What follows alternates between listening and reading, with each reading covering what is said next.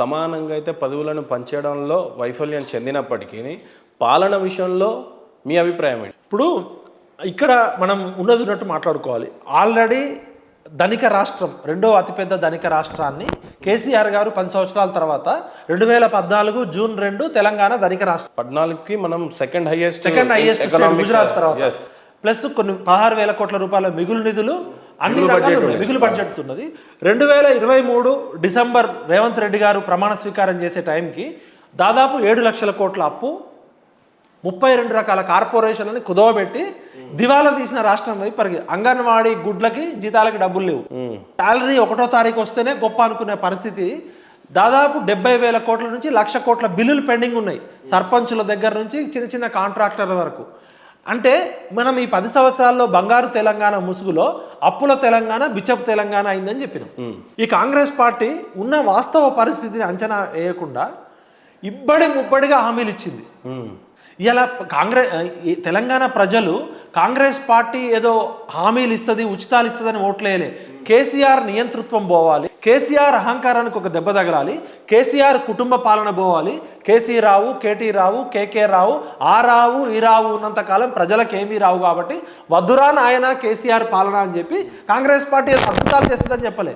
వీళ్ళు ఏం చేస్తారంటే అలవకాని హామీలు ఇచ్చి ఆ సునీల్ కనుగోలు అనేటోడికి తెలంగాణ ఉద్యమంతో సంబంధం లేదు, ప్రజా జీవితంతో సంబంధం లేదు. ఈ మేనేజ్మెంట్స్ కన్సల్టెంట్స్ ఏం చేస్తారంటే అప్పటికప్పుడు ఐఐటీలు ఐఐఎంలో చదువుకున్న వాళ్ళు వాళ్ళు ఒక ప్యాకేజ్ ఓటర్లను కూడా ఒక వినియోగదారులాగా చూసి ఎట్లా అంటగట్టాలి. ఇప్పుడు ఒక పాలసీ, ఎల్ఐసి పాలసీయో ఒక పీర్లెస్ పాలసీ, మన ఇన్సూరెన్స్ ఏజెంట్లు ఏదో మార్కెటింగ్ చేసి అంటగడతారు.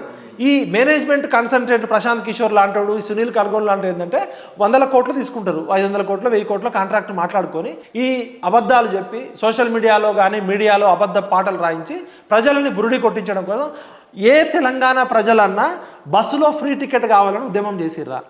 ఏ తెలంగాణ ప్రజలన్నా మాకు ఫ్రీ కరెంటు బిల్లు కావాలని ఉద్యమం చేసిర్రా 200 యూనిట్లోపు? ఏ నిరుద్యోగులన్నా మాకు ఈ 6 గ్యారంటీలు కావాలని చేసిర్రా? తెలంగాణ ప్రజలు కోరుకున్నది ఏంటి? మాకు స్వేచ్ఛ కావాలి, సమానత్వం కావాలి, మాకు గవర్నమెంట్లో ఖాళీగా ఉన్న ఉద్యోగాలన్నీ భర్తీ చేయాలి, ప్రైవేట్ ఉద్యోగాల్లో తెలంగాణ భూమిపుత్రులకు వాటా కావాలని కదా ఉద్యమం జరిగింది. మరి మీరు ఇవన్నీ పక్కన పెట్టి ఈ అభయహస్తం ఒక మేనిఫెస్టో క్రియేట్ చేశారు. దానిలో కొన్ని 100 డాక్యుమెంట్స్ ఉన్నాయి. ప్రియాంక గాంధీ గారిని తీసుకొచ్చి యూత్ డిక్లరేషన్ అని సరూర్ నగర్ స్టేడియంలో పెట్టారు. ఖాళీగా ఉన్న 2 లక్షల ఉద్యోగాలు భర్తీ చేస్తాము, మిగతా 28 లక్షల మంది నిరుద్యోగులకి ఆయా రంగాల్లో స్కిల్ డెవలప్మెంట్ సెంటర్లు పెట్టి నైపుణ్య శిక్షణ ఇస్తాము, ప్రతి నెల 4,000 రూపాయలు నిరుద్యోగ భృతి ఇస్తామన్నారు. మరి 9 నెలల కాలంలో నిరుద్యోగ భృతి ఎందుకు ఇవ్వలేకపోయారు? ఈ కనీసం ఇప్పుడు కొడంగల్లో స్కిల్ డెవలప్మెంట్ సెంటర్ పెడుతున్నారు, హ్యాట్స్ ఆఫ్, మంచిదే. మరి అన్ని నియోజకవర్గాల్లో స్కిల్ డెవలప్ సెంటర్ పెట్టాలి కదా. మరి ఖాళీగా ఉన్న 2 లక్షల ఉద్యోగాలు ఈ మొదటి సంవత్సరంలోనే భర్తీ చేస్తామన్నారు, చేయలేదు. మరి ఈ 9 నెలల కాలంలో ఎన్ని ఉద్యోగాలు భర్తీ చేశారు? కేసీఆర్ గారు నోటిఫికేషన్ ఇచ్చి ఎగ్జామ్ కండక్ట్ చేసి వాల్యుయేషన్ కంప్లీట్ చేసి ఎలక్షన్స్ వల్ల నియామక పత్రాలు ఇవ్వలేకపోయిన 30,000 మందికి నియామక పత్రాలు ఇచ్చారు. ఆ 30,000 ఉద్యోగాలు మేమే ఇచ్చినామని చెప్తున్నారు. సరే, అపాయింట్మెంట్ లెటర్స్ లేట్ చేయకుండా ఇచ్చారు, దానికి హ్యాట్స్ ఆఫ్. ఒక స్కిల్ డెవలప్మెంట్ యూనివర్సిటీ పెట్టారు, హ్యాట్స్ ఆఫ్. కానీ మీరు ఇచ్చిన హామీలు మీకు తెలుసు కదా, వాస్తవ తెలంగాణ పరిస్థితి 7 లక్షల కోట్ల అప్పుల్లో ఉంది. కేసీఆర్ అప్పుల కుప్ప చేసిందని ఇదే రేవంత్ రెడ్డి గారు, ఇదే కాంగ్రెస్ నాయకులు చెప్పారు. మరి మీరు ఇన్ని హామీలు ఇచ్చి ఏ విధంగా మీరేం కొత్త కాదు కదా. ఇప్పుడు ఆమ్ ఆద్మీ పార్టీ లాగా కొత్తగా మీరు అధికారంలోకి వచ్చిన వాళ్ళు కాదు. 60 సంవత్సరాలు మీరు అధికారంలో ఉన్నారు కాంగ్రెస్ పార్టీ. మీ నాయకులు, మీ ఎమ్మెల్యేలు, మీ ఎంపీలు చాలామంది సీనియర్. బహుశా సంపదన సృష్టించేది కూడా వాళ్ళకి చాలా తెలిసి ఉండి ఇచ్చిన హామీ అనుకోవచ్చని. అంటే ఇక్కడ ఏమైపోయిందంటే ప్రజల ఎమోషన్స్ని రెచ్చగొట్టి కేసీఆర్ని ఒక పెద్ద విలన్గా క్రియేట్ చేసినప్పుడు ఇక మేము వచ్చి అన్నీ చేస్తామని హామీలు ఇచ్చి ఇప్పుడు ఏమైంది? వాస్తవ పరిస్థితి వచ్చినాక blame game, divert game, mind game. First ఏం చేసిర్రు? ఉన్న వాస్తవ పరిస్థితి ప్రజలకు చెప్పి మేము ఈ మాత్రమే చేయగలము, మేము ఈ చేయలేము అని వాస్తవ పరిస్థితి చెప్పకుండా ఏం చేశారు? ఫస్ట్ 2 నెలలు కాళేశ్వరం స్కామ్ అన్నారు, ఫస్ట్ టెలిఫోన్ ట్యాపింగ్ అన్నారు. టెలిఫోన్ ట్యాపింగ్ జరిగింది అనేది ప్రతి ఒక్కరికి తెలుసు, అది కొత్తగా రేవంత్ రెడ్డి గారు వచ్చి చెప్పాల్సిన అవసరం లేదు. టెలిఫోన్ ట్యాపింగ్ జరిగింది అనేది జర్నలిస్టులకు తెలుసు, ఉద్యమకారులకు తెలుసు, పోలీస్ ఆఫీసర్కి తెలుసు, రాజకీయ నాయకులకు తెలుసు, ప్రజలకు తెలుసు, సోషల్ మీడియాలో అందరికీ తెలుసు. అందుకనే మనం అప్పుడు ఫేస్ టైంలో వాట్సాప్లో మాట్లాడుకునేవాళ్ళం. 2 నెలలు ట్యాపింగ్ పేరుతో ఒక నెరేటివ్ బిల్డ్ చేసిర్రు. ఆయన భుజంగరావుని తీసుకొచ్చినాం, ప్రణీత్ రావుని తీసుకొచ్చినాం, ఫలానా ప్రభాకర్ రావు అక్కడ ఉన్నాడు, ప్రభాకర్ రావుని పట్టకస్తామని 2 నెలలు అది నడిపారు. మరి 9 నెలల్లో భుజంగరావు, ప్రణీత్ రావు ఇచ్చిన ఇన్ఫర్మేషన్తో ప్రభాకర్ రావుని ఎందుకు అరెస్ట్ చేయలే? పోలీస్ డిపార్ట్మెంట్లో ఫస్ట్ ట్యాపింగ్ జరిగింది అనుకుంటే డీజీపీకి తెలియకుండా ట్యాపింగ్ అవుతుందా? మహేందర్ రెడ్డి గారు అప్పుడు పోలీస్ డిపార్ట్మెంట్లో 5 సంవత్సరాలు 6 సంవత్సరాలు కేసీఆర్ గారి దగ్గర డీజీపీగా పనిచేశారు. మరి మహేందర్ రెడ్డి గారు ఇంతవరకు ఎందుకు నోరు తెరపలే? అప్పుడు అంటే కేసీఆర్ గారికి భయపడి నోరు తెరపలే. మరి ఇప్పుడన్న ఆయన నేను ఒక డీజీపీగా ఉన్నా, నేను ఒక 10-15 మంది ఐపీఎస్ ఆఫీసర్లతో మాట్లాడితే ఏమని చెప్పారంటే, టెలిఫోన్ ట్యాపింగ్ చేయాలంటే ఏ వ్యక్తిదైనా డీజీపీ పర్మిషన్ అనేది కంపల్సరీ. హోమ్ సెక్రటరీ అనేట ఆయనకి లెటర్ రాస్తారు కంపల్సరీ డీజీపీ, మేము పలానా వ్యక్తిది ట్యాపింగ్ చేయాలనుకుంటున్నామని. డీజీపీ గారు కంపల్సరీ, డీజీపీ గారి పర్మిషన్ ఉంటుంది. Home secretary, principal secretary, chief minister దృష్టికి వెళ్తుంది. మరి డీజీపీ గారికి తెలిసి జరిగిందా, తెలియకుండా జరిగిందా? చాలా స్పష్టంగా ఆయన మాట్లాడరు. అదేవిధంగా ప్రభాకర్ రావు అని ఒక రిటైర్డ్ ఆఫీసర్ పోయి ఫారెన్లో ఉన్నాడు, 9 నెలలు అవుతుంది. మరి ఆయనకి ఇంతవరకు మరి ఇంటర్పోల్ నోటీస్ ఇచ్చిర్రా, ఇవ్వలేదా? మరి దానిలో కేటీఆర్ గారి పాత్ర ఉందా? ఎవరు చెప్తే ఈ ఆఫీసర్స్ ట్యాపింగ్ చేసిరు? కేసీఆర్ గారు చెప్తే ఇంతవరకు లేదు. 2 నెలలు అట్లా అయిపోయింది. తర్వాత 2 నెలలు మేడిగడ్డ అన్నారు, మేడిపండు చూడు మేడిగడ్డ అని చెప్పారు. కాళేశ్వరం మొత్తంలో 1,00,000 కోట్ల కరప్షన్ జరిగిందని ఇదే రాహుల్ గాంధీ గారు చెప్పారు. మరి మేడిగడ్డకి క్రాక్స్ వచ్చినాయి, కాళేశ్వరంలో స్కామ్ అయిందని ప్రజలందరికీ తెలుసు. కాళేశ్వరం తెలంగాణ ప్రజలకి ఆర్థికంగా గుదిబండ అయింది, ఇది చూడడానికి వైట్ ఎలిఫెంట్ అని చెప్పారు. మీరు వచ్చి కొత్తగా చెప్పాల్సి, కేసీఆర్ని ఓడించిందే కాళేశ్వరంలో స్కామ్ అయిందని చెప్పి మళ్ళీ మీరేం చేశారు? మేడిగడ్డ చుట్టూ ఒక 2 నెలలు తిప్పారు. అన్నారం దగ్గరికి పోలే, సుందీల దగ్గరికి పోలే, మెగా కృష్ణారెడ్డి దగ్గరికి పోలే, ఆ పంపుల దగ్గరికి పోలే, ఓన్లీ ఆ ఎల్ఎన్టీ చుట్టూ పట్టుకున్నారు. మరి ఈ 9 నెలల గతంలోనే కరప్షన్ జరిగిందని ప్రజలందరూ చెప్పింది. మరి ఏ దశలో ఉంది? సరే, జ్యుడిషియల్ ఎంక్వైరీ వేసిర్రు, ఒక జడ్జి గారు పోయారు, ఇంకో జడ్జి గారు వచ్చారు.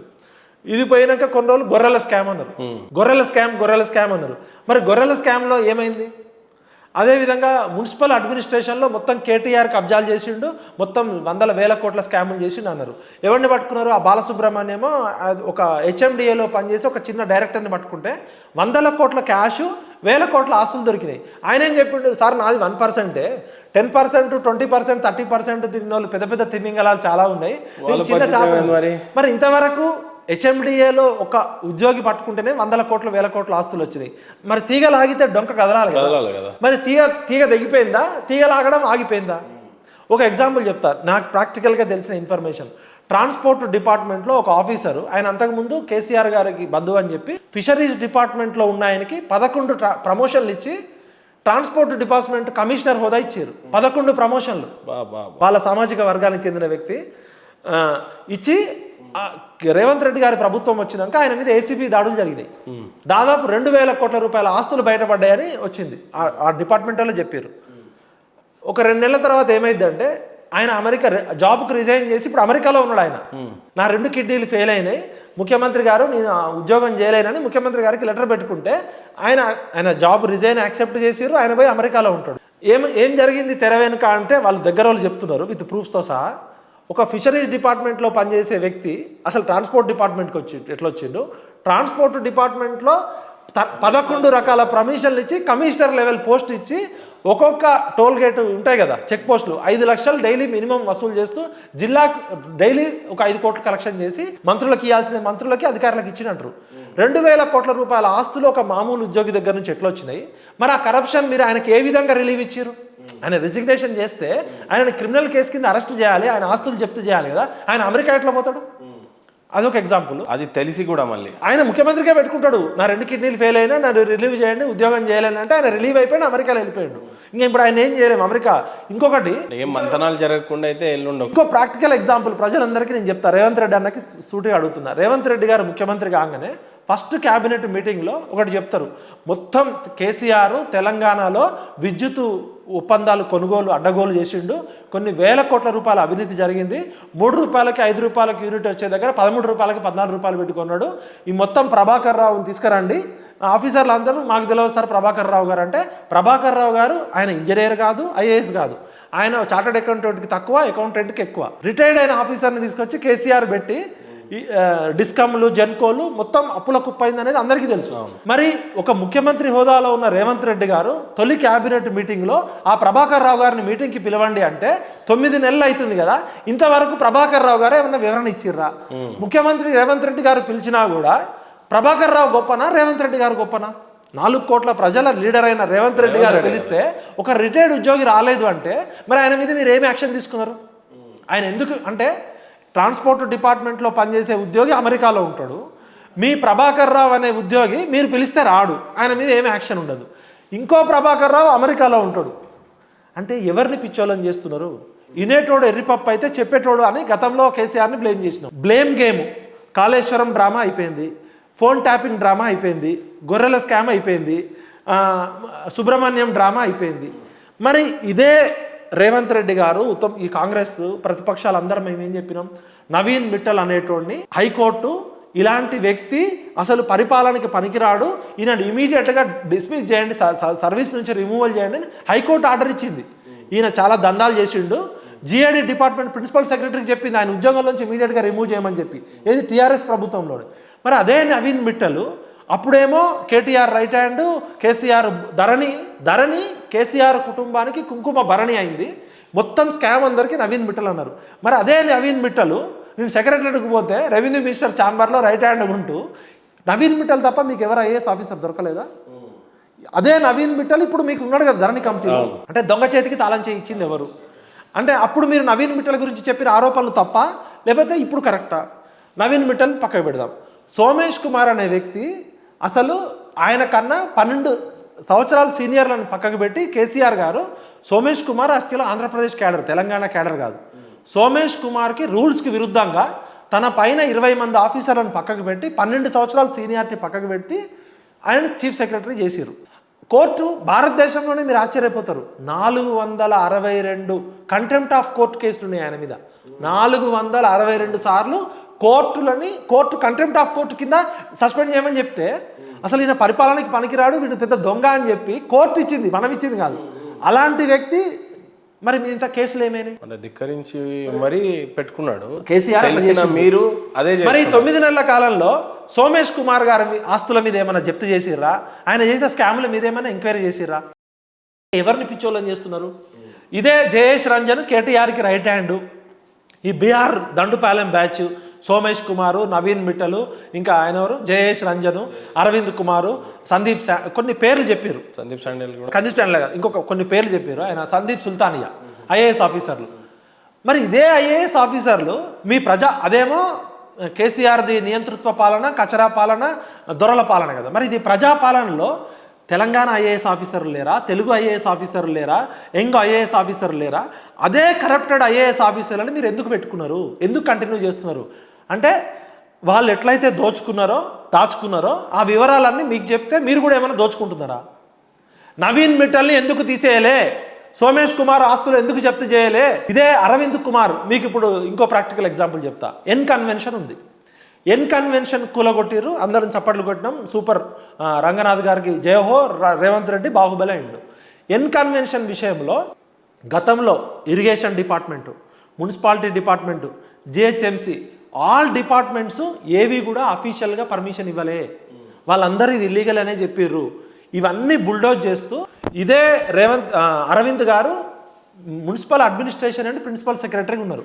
ఆయనకి కేసీఆర్ గారు ముఖ్యమంత్రిగా ఉన్నప్పుడు నాగార్జున గారు ఎన్ కన్వెన్షన్ యాజమాన్యం ఒక లెటర్ పెట్టుకుంటుంది. 10 గంటలకి లెటర్ పెట్టుకుంటే 2 గంటలకి 14-15 సంవత్సరాల నుంచి డిపార్ట్మెంట్లు లెటర్ అన్ని పక్కకు పెట్టి ఈయన principal secretary municipal administration and plan, అది మున్సిపాలిటీ కదా, ఈయన ఒక లెటర్ ఇస్తాడు ఆయనను ముట్టుకోవద్దు అని. అంటే కింద డిపార్ట్మెంట్లు ఇచ్చిన లెటర్లన్నీ ఈయన అరవింద్ గారు మున్సిపల్ అడ్మినిస్ట్రేషన్ బాస్ కదా, ఆయన బుల్డోజ్ చేస్తాడు. దాన్ని బేస్ చేసుకునే కోర్టు స్టే ఇచ్చింది. కోర్టుకు వీళ్ళు ఇచ్చిన ఆర్గ్యుమెంట్లో ఏదో ఒక పేపర్ ఉండాలి కదా. అరవింద్ కుమార్ గారేమో ఎన్ కన్వెన్షన్ కరెక్టు, దీనికి ఇరిగేషన్ డిపార్ట్మెంట్ కరెక్టే, మున్సిపల్ అడ్మినిస్ట్రేషన్ కరెక్టే, జిహెచ్ఎంసీ కరెక్టే, కరెంటు బిల్లు కరెక్టే, అన్ని ఇస్తుంది. మరి ఈ పొంగులేటి శ్రీనివాసరెడ్డి గారు, రేవంత్ రెడ్డి గారు ఇక్కడ కూర్చుంటారు. Right hand side Arvind Kumar గారు కూర్చుంటారు. ఏ హోదాలో? Municipal administration and principal secretary హోదాలో.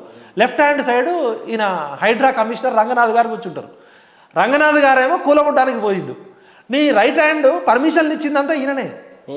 నీ కుడి చేయి ఏమో ఈ 10 సంవత్సరాలు అక్రమ కట్టడాలకి పర్మిషన్లు ఇస్తుంది, నీ ఎడమ చెయ్యి, నీ ప్రభుత్వంలో ఉన్న ఎడమ చెయ్యి ఇప్పుడు కూలగొట్టడానికి పోతుంది. అంటే అరవింద్ కుమార్ గారు ఇచ్చిన లెటర్ కరెక్టా, ఇప్పుడు రంగనాథ్ గారు చేసింది కరెక్టా? అంటే ఏంటి పాలన? అంటే ఆఫీసర్లకి కట్టడి ఉండదా? ఆఫీసర్లు ఆన్సరబుల్ కాదా? వీళ్ళు మీకన్నా ఎక్కువ అంటే దొంగ చేతికి తాళం చేయించింది అనే ఒక నెరేటివ్ బిల్డప్ అయిందా లేదు? మీరు దీనికి ఆన్సర్ చెప్పండి. ఇదే రేవంత్ రెడ్డి గారు అరవింద్ కుమార్ గారి మీద పరువు నష్టం దావా వేసిండు.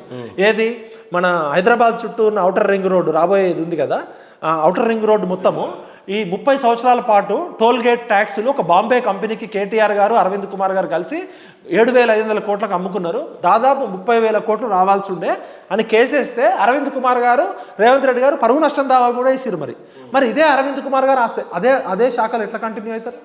అంటే రాజకీయ నాయకులు పార్టీలు మారినప్పుడు ప్రభుత్వాలు మారిపోతాయా? అంటే మీరు ఇచ్చిన రాజముద్రకు మీకే విలువ లేదా? మరి అదే ఆ లెటర్ కూడా ఉంది, మీకు పంపిస్తాం, మీరు ఎడిటింగ్లో వేయండి. హైకోర్టు ఇచ్చిన దానిలో ఈయన థర్డ్ రెస్పాండెంట్ ఎవరు? అరవింద్ కుమార్ గారు. మరి ఎన్ కన్వెన్షన్ కూలగొట్టారు.